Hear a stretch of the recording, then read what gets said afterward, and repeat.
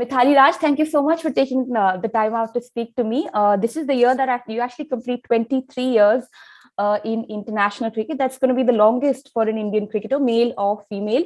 So that's a good time to have a biopic coming out, almost to give all your fans a revision of the amazing career that you had. I think, yeah, all of them are quite excited, and they were constantly asking me the last year, like, when is your movie going to be released?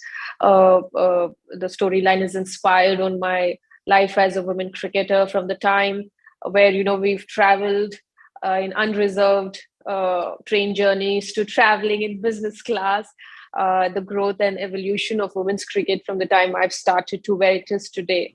And yeah, all of us are really excited and looking forward to the movie. The script that you wrote for yourself in your own international career is one not many people could even write. A century on ODI debut at the age of 16. Do you remember that day, Mithali? I mean, do you remember anything special from that day? Maybe a mandir you stopped on the way, or a conversation you had with your parents? Sometimes I actually wonder, had social media been when I scored that as a 16-year-old, probably there would be a lot more that I would remember. When I played that game, hardly there was anybody who would know that, okay, women's cricket is playing a game. A 16-year-old has made a debut and scored 100 on her debut. So, for me, it was more of the lightness that I felt over my shoulders, the sort of expectation I carried. Because coming from Hyderabad, a lot of people thought, okay, she's going to replicate what Azharuddin did. He scored triple hundreds on his debut. So 100 back to back. And there was okay, you're also from the same city, so we can expect you to score that. So there was a huge expectation on those tender shoulders as a 16-year-old. So I think when I scored 100, it was just that feel-good factor of the lightness I felt of those expectations. I probably remember only that. 22 years of international cricket, there are bound to be some lows as well. I mean, you do anything for that long a stretch of time, there are going to be major highs, some lows as well. Any part of your career that you feel was a great learning experience for you? Yes, I think 2008 to 2012, the three years or 4 years where in 2008 when I was sacked as a captain, and then I was brought back as vice captain in 2011-12. So those 3-4 years gave me a lot of clarity, because when I became a captain for the first time, I was very young in 2005. So I didn't have the expertise or the experience of leading even, say, a domestic team for long. I was very, very new to leadership. So the first 4-5 years, I was just trying to find my ground as a captain. But when I was sacked, and they gave me a lot more to think about, and I thought, if I get a chance again, the honor of leading the team, I would do a lot of things very different. I guess when I became the captain again in 2012, and the 2013 World Cup was a huge disappointment, I must say, because it was held in India and we didn't even qualify for the Super 6.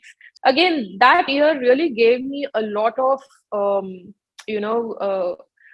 thought process went into how do I do things very differently to see what I've done before.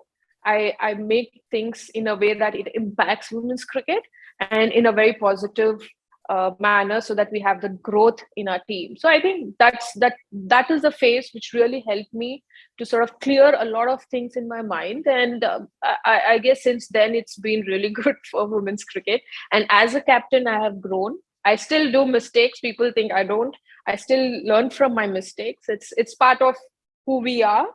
But I guess I've thoroughly enjoyed my journey also as a captain and as a player. Was there any mentor that you had, any player that you did look up to, who's had an impact on your career? For me, the role models I've always, growing up, of course, I looked up to Sachin as someone, as a batter that I looked up to. But when it came to inspiration, I've looked up to my mom, my dance teacher, because everyone have a sort of a unique trait in them that inspires a young kid. Like my dance teacher, she was very independent way back. She would drive a Scorpio in the 90s. That was for me as a young one to look at my dance teacher, very independent. So I wanted to be a very independent woman growing up. So I used to look up to her for inspiration. That's something lovely to hear.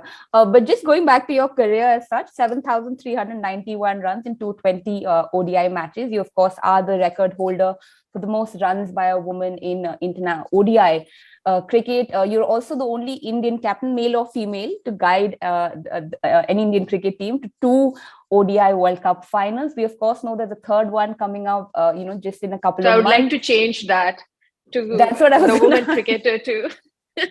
Winning the World Cup, yeah. Well, that is the aim, that's the goal, and that is what me and the team are looking at, preparing since the last couple of years, and let's hope that it works well for India and we do really well in the World Cup. Of course, see a lot of Jacob's Creek behind you, Mithali. You're, of course, being signed on as the new brand ambassador. What is it about the brand that sort of gets you excited a lot?